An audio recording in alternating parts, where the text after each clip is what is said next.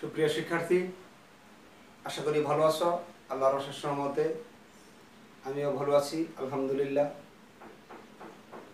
আজকের এই অনলাইন ক্লাসে তোমাদের সকলকে স্বাগত জানাচ্ছি। আমি এইচ.এম. আলমগীর, সহকারী শিক্ষক, প্রগ্রেসিভ মডেল স্কুল। আজকে আমি নবম দশম শ্রেণীর শিক্ষার্থীদের সাথে ষষ্ঠ অধ্যায় নিয়ে আলোচনা করব। এর আগেও আমি একটা লেকচার দিয়েছিলাম, আজ হচ্ছে লেকচার 2। এর আগের ক্লাসে আমি পড়িয়েছিলাম যে কিভাবে মূল সংখ্যা, পরমাণুর ভর, একটা নির্দিষ্ট ভর দেওয়া থাকলে কিভাবে সংখ্যা বের করে, সংখ্যা দেওয়া থাকলে ভর বের করে, এভাবে। এবং এখানে মূল সংখ্যাও বের করছিলাম।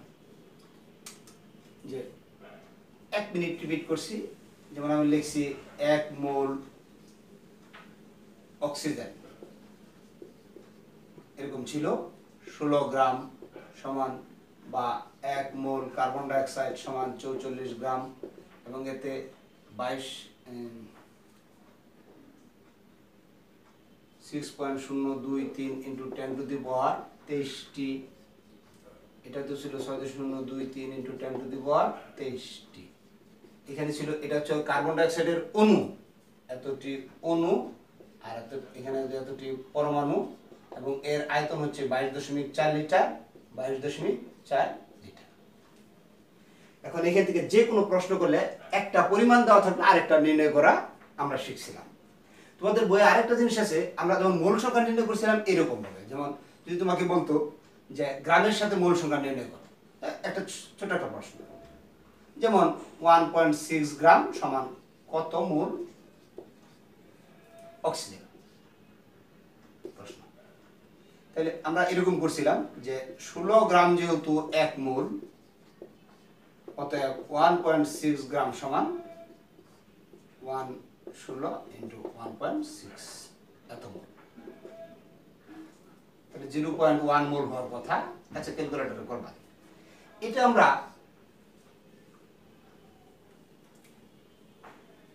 তোমাদের বইয়ে দেখবা মোল সংখ্যা নির্ণয় করার আরেকটা সিস্টেম দেখাইছে। এভাবেও করা যায়। আবার যদি এরকম হইতো যে একটা নির্দিষ্ট সংখ্যা দেওয়া বলতো কত মোল, অথবা একটা পরিমাণ দেওয়া বলতো কত মোল, তখন এইটা এরকম আগে যে অঙ্কগুলো করছি, এখন দেখো এই অঙ্কটা অন্যভাবেও করা যেত। কিরকম? তোমাদের বইয়ে দেওয়া আছে মোল সংখ্যাকে n দ্বারা প্রকাশ করছে, W/m। W/m। তাহলে পরিমাণ লেখো, W হচ্ছে 1.6 আর m হচ্ছে আণবিক ভর। m কি? আণবিক ভর। তাহলে আণবিক ভর বসাও 16। তাহলে ওই রেজাল্ট কিন্তু 0.1 আসতেছে।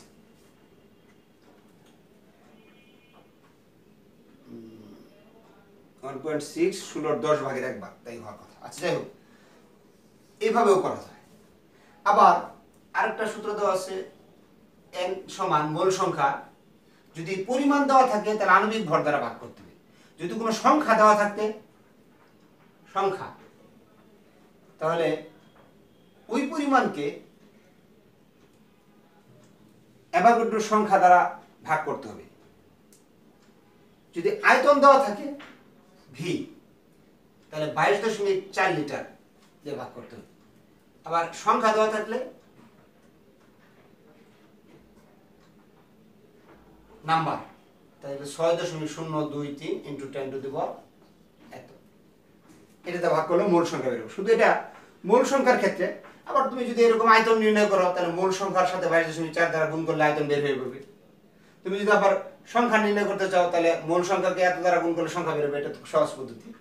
তার মধ্যে মূল সংখ্যাটা আমরা এই সূত্রগুলোর মাধ্যমে ব্যবহার করতে পারবো। যে পরিমাণটা দেওয়া থাকবে ওই পরিমাণের উপর ওই পরিমাণটাকে আমরা ভাগ করব। যদি পরিমাণ গ্রামের পরিমাণ দেওয়া থাকে, তাহলে আণবিক ভর দ্বারা ভাগ করে মূল সংখ্যা বেরোবে। যদি কোনোটার আয়তন দেওয়া থাকে, তাহলে ধরো তোমার দেওয়া রইল 2.24 লিটার কার্বন ডাইঅক্সাইড সমান কত মোল। তাহলে যেহেতু আয়তন দেওয়া আছে, তাহলে মোল সংখ্যা বের করব আমরা এই আয়তন বাই 22.4 লিটার। তা আয়তন ভি এর মান কত? এটা হচ্ছে ভি এর মান। কত দেওয়া আছে? 2.24 ডিভাইডেড বাই 22.4। আনসার যা আসে তাই, এত লিটার এই মোল সংখ্যা হবে এত। আবার যদি বিষয়টা এরকম দেওয়া থাকে, ধরো সংখ্যা দেওয়া হলো, যেমন 6.023 ইন্টু 10 টু দি পাওয়ার ধরো 25, এতটি কার্বন ডাইঅক্সাইড অণু সমান কত গ্রাম, এই কত মোল, কত মোল। তো সেক্ষেত্রে আমরা কি করি, যেহেতু বলছে কত মোল, তাহলে মোল সংখ্যা নির্ণয় করব। এইখানে সংখ্যা divided by 6.023 into 10 to the power 23, এই সূত্রটা ব্যবহার করব। তাহলে এখানে সংখ্যার এই যে সংখ্যার মান দেওয়া আছে 6.023 into 10 to the power 25 divided by 6.023 into 10 to the power 23, অর্থাৎ অ্যাভোগাড্রো সংখ্যা দ্বারা ভাগ করলে মূল সংখ্যা বেরিয়ে যাবে। এইভাবেও আমরা মূল সংখ্যা নির্ণয় করতে পারি। আরেকটা বিষয় দেখো, কোনো সময় যদি এরকম আসে তোমাকে বললো যে 4.4 গ্রাম কার্বন ডাইঅক্সাইড এ কতটি পরমাণু বিদ্যমান। এখানে কার্বন ডাইঅক্সাইড কিন্তু অণু, কিন্তু তোমাকে বের করতে বললো পরমাণু। তাহলে তোমাকে আগে অণু বের করে তারপরে পরমাণু নির্ণয় করতে হবে। যেমন তুমি বলবা 1 মোল কার্বন ডাইঅক্সাইড সমান আমরা জানি 12 যোগ 16 ইন্টু 2, যেহেতু মোল লিখছি তাহলে গ্রাম এককে প্রকাশ করতে হবে 44 গ্রাম। অর্থাৎ এখন আমি বলতে পারি যে 44 গ্রাম কার্বন ডাইঅক্সাইড এ অণু বিদ্যমান। কি বিদ্যমান? অণু বিদ্যমান 6.023 ইন্টু 10 টু দি পাওয়ার 23টি। অতএব 4.4 গ্রাম কার্বন ডাইঅক্সাইড এ অণু বিদ্যমান 6.023 into 10 to the power 23 into 4.4 নিচে হলো 44। তাহলে রেজাল্ট হবে 6.023 ইন্টু 10 টু দি পাওয়ার, এটা দিয়ে ভাগ করলে 10, 10 টু দি পাওয়ার 22, যদি ভুল না করে থাকি এতটি। এখন এখানে কার্বন ডাইঅক্সাইডের এতটি অণু বিদ্যমান, তো তোমাকে তো বলছে 4.4 গ্রাম কার্বন ডাইঅক্সাইড এই পরমাণু বিদ্যমান, পরমাণু সংখ্যা। তাহলে তুমি হিসাব করে দেখো, এইখানে এতটি হচ্ছে অণু, এতটি কি অণু। তাহলে এক অণুতে পরমাণু কয়টা আছে? কার্বনের একটা, অক্সিজেনের দুইটা, মোট কয়টা হলো? 3টা। তাহলে 6.023 ইন্টু 10 টু দি পাওয়ার 22, এই সংখ্যাকে 3 দ্বারা গুণ করতে হবে, তাহলে পরমাণু সংখ্যা বের হবে। পরমাণুর সংখ্যা, যেহেতু এটা আমি বের করছি অণুর সংখ্যা, অণুর সংখ্যাকে প্রত্যেক অণুতে 3টি পরমাণু বিদ্যমান, সুতরাং এটা হবে পরমাণুর সংখ্যা। আবার কেউ একসাথে এরকম করে কার্বন ডাইঅক্সাইডে পরমাণু বিদ্যমান লেখে, পরমাণু বিদ্যমান লিখলে তাহলে এইখানে 3 দিয়ে গুণ দিয়ে দেয়, এটাও হবে। যদি কেউ এরকম বলে যে অণুর পরিবর্তে যদি লেখে যে পরমাণু, সেক্ষেত্রে অঙ্কটা করতে হবে এরকম, প্রতি অণুতে যেহেতু 3 পরমাণু বিদ্যমান এতটি, পরে এখানে 4.4 গ্রাম কার্বন যা আছে তাই।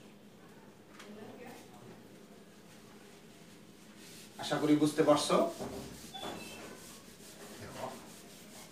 এখন আমরা যে জিনিসটা করব সেটা হচ্ছে শতকরা সংযুতি। একটা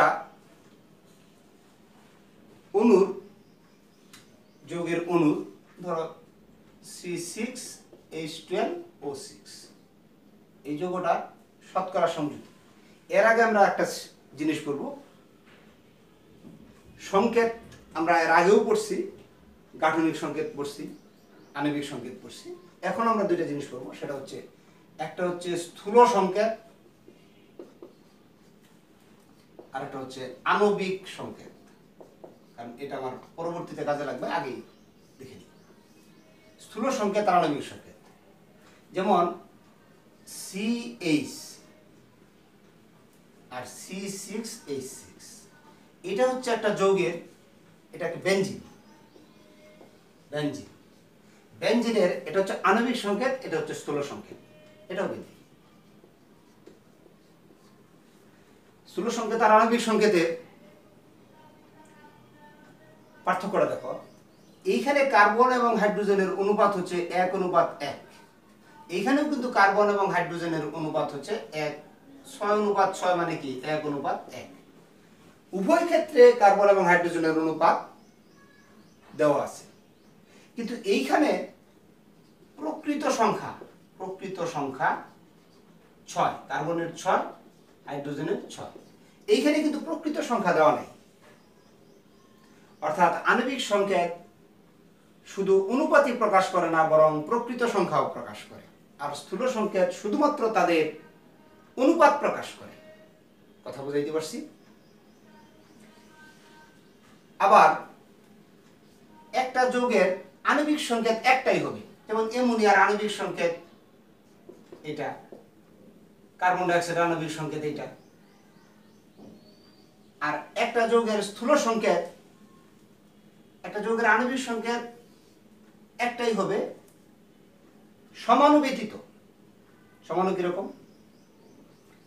যেমন এই CH3 ও CH3, এটাকে বলা হয় ডাইমিথাইল ইথার। Dimethyl ether. আবার CH3 CH2OH, এটাকে বলা হয় ইথানল। এই দুইটা সমান।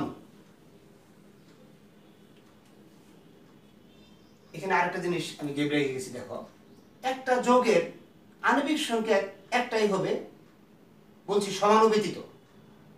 আর স্থূল সংকেত কি হইতে পারে? যেমন C6H6, এটার স্থূল সংকেত CH। আবার C2H2, এটা যেমন বেনজিন, এটা হলো ইথাইল বেনজিন, এইটার স্থূল সংকেত হচ্ছে CH। অর্থাৎ দুইটা যৌগের স্থূল সংকেত এক হতে পারে। আর এখানে আমরা দেখলাম দুইটা যৌগের আণবিক সংকেত এক হতে পারে না, তবে শর্ত আছে সমানুব্যতীত। এই উভয়টার দেখো C2H6O, এটার ক্ষেত্রে দেখো এখানে কার্বন 2টা, হাইড্রোজেন 6টা, অক্সিজেন 1টা। এখানেও কার্বন 2টা, হাইড্রোজেন 6টা, অক্সিজেন 1টা। অর্থাৎ সমানুব্যতীত একটা যৌগের আণবিক সংকেত একটাই হবে। সমানু হইলে হইতে পারে, মানে ব্যতিক্রমের মতো আর কি। স্বাভাবিকভাবে একটা যৌগের আণবিক সংকেত, যেমন সালফিউরিক অ্যাসিড আর H2SO4, এই সংকেতটা অন্য কোনো যৌগের হতে পারবে না। যেমন আমি লিখলাম HCl, এই সংকেতটা অন্য কোনো যৌগের হতে পারবে না। অর্থাৎ একটা যৌগের আণবিক সংকেত একটাই। তবে যদি সমানু হয়ে যায় পরস্পরের, মানে একে অপরের সমান, সমানুটা কোন বিষয়?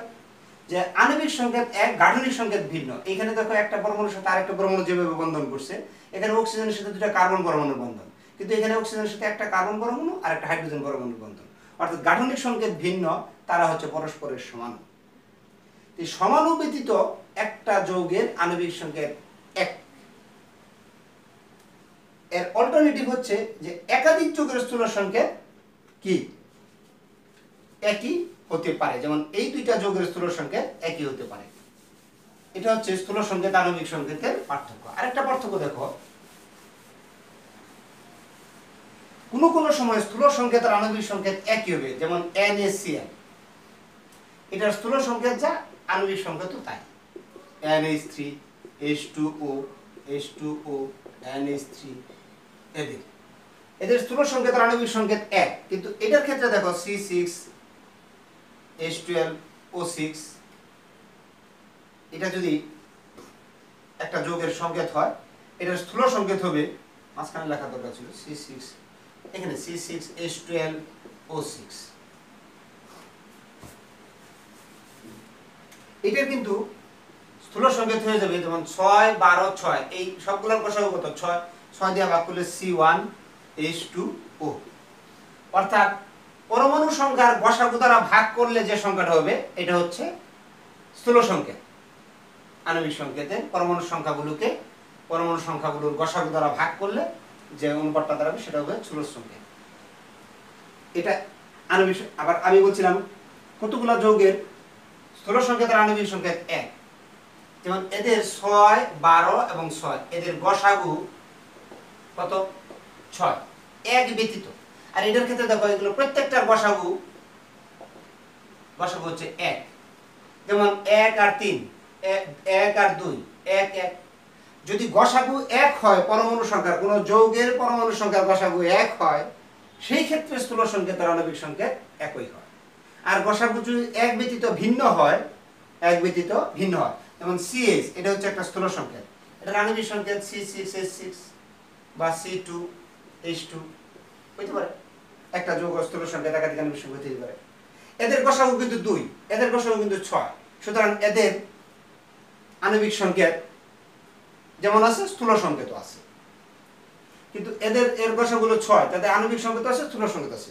কিন্তু যাদের পরমাণু সংখ্যার গসাগু 1, তাদের আণবিক সংকেত যেমন আছে, স্থূল সংকেত একই হবে, যেহেতু গসাগু 1। কারণ ভাগ করে, পরমাণু সংখ্যা দ্বারা ভাগ করে লিখলে সেই ক্ষেত্রে আমরা যে অনুপাতটা পাই সেটা হচ্ছে স্থূল সংকেত।